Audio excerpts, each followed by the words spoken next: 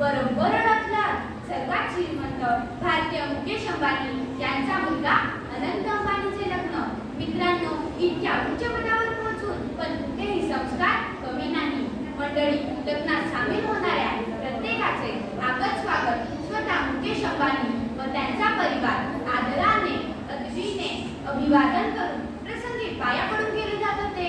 अहो, संस्कार म्हणजे नेमकं काय असतं? संस्कार संस्कृतीतच उत्पन्न होतात, तसेच संस्कृती पण संस्कारावर निर्भर असते. दोन्ही एकमेकांवर आधारित असतात. संस्कार म्हणजे मानवाच्या व मानव समाजाच्या चांगल्या सवयी. म्हणतात ना, फाटलेला कपडा वेळेवर शिवला तर तो जास्त फाटत जात नाही. मंडळी, जीवनात संस्कार महत्त्वाचे आहेत. चांगल्या यशस्वी जीवनासाठी आयुष्यात शिस्त व चांगले संस्कार असणं गरजेचं आहे. क्योंकि फल तो पडता है. जिजाबाईंकडून स्वराज्य निर्मितीचा पाया बाल शिवाजीच्या रूपाने भक्कम झाला.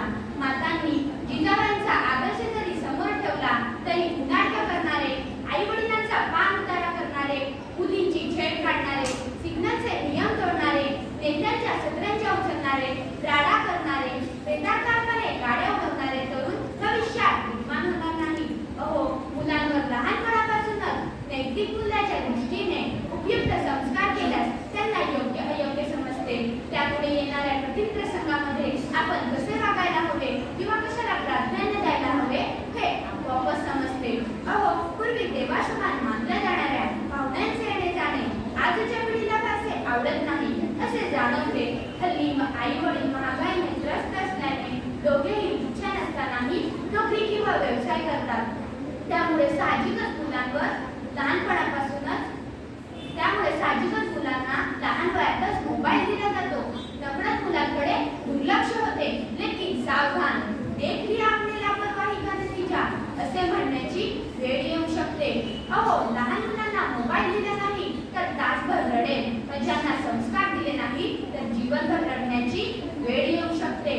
तेजस्पर्शाने दूर होई अंधार, तसा मुलाचा वृक्षाशी आधार. मना घडवी संस्कार, मना घडवी संस्कार. अहो, मुकेश अंबानी, अमिताभ बच्चन, सुधा मूर्ती, एपीजे अब्दुल कलाम, सचिन तेंडुलकर, साने गुरुजी, छत्रपती शिवाजी महाराज हे सर्व दिग्गज आपल्या जीवनात यशस्वी झाले ते फक्त आणि फक्त संस्कार व मेहनत यामुळेच. माझ्या मित्रांनो, संस्काराचे महत्त्व विचारा. My sisters and brothers of America या एकाच वाक्याने जग जिंकणाऱ्या स्वामी विवेकानंद यांना यशस्वी जीवनात संस्काराला खूप महत्त्व आहे, कारण संस्कारच मानवाला श्रेष्ठ बनवत असतात.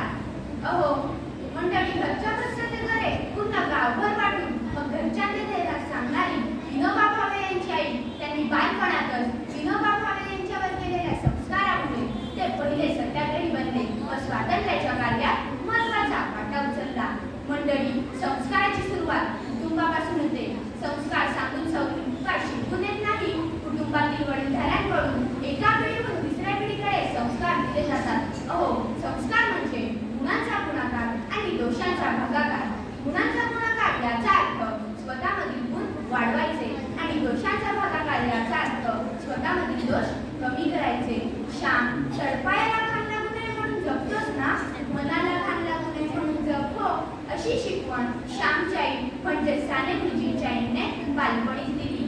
म्हणतात ना, सर्व काही पैशाने विकत घेता येते, पण संस्कार विकत घेता येत नाही. माझ्या मित्रांनो, आई वडील माझ्याकडे नसतात रे, मीच माझ्या आई वडिलांकडे राहतो असे म्हणणारे मूल प्रत्येक घरात जन्मले पाहिजे. तेव्हा तुम्ही म्हणाल पण तो पडता आहे.